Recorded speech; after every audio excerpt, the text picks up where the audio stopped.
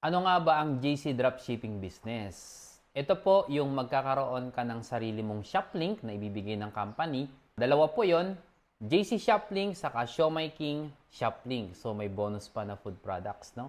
Yung Siomai ay dito po sa Pilipinas. Ang mga JC products natin ay international. Pwede po sa ibang bansa kasi pwede po nating ipadala yan sa mga courier kagaya ng PhilPost, DHL, FedEx, UPS, mga ganyan po.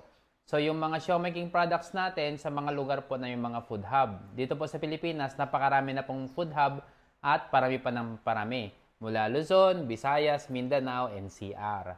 So sa mga first time magnegosyo ng dropshipping, huwag kayong mag-alala kasi may mga online training po na kinakandak namin sa aming team para turuan namin kayo ng mga step by step na gagawin nyo para kikita kayo dito sa negosyong ito.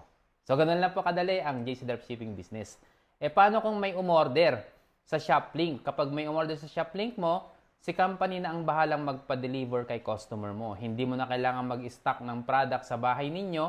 Hindi mo na kailangan ikaw yung magpadala mismo sa customer kasi si company na ang gagawa nun.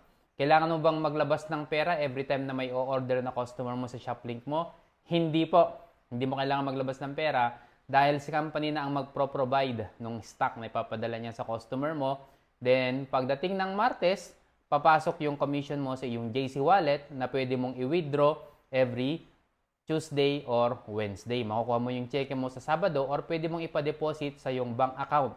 So, kahit nasa ang sulok ka ng mundo naroon ngayon, pwede mong gawin itong JC Dropshipping Business. So, kung interesado ka, i-message mo ako sa aking Facebook account, Albert Unciano, para ma-assist kitang makapagsimula.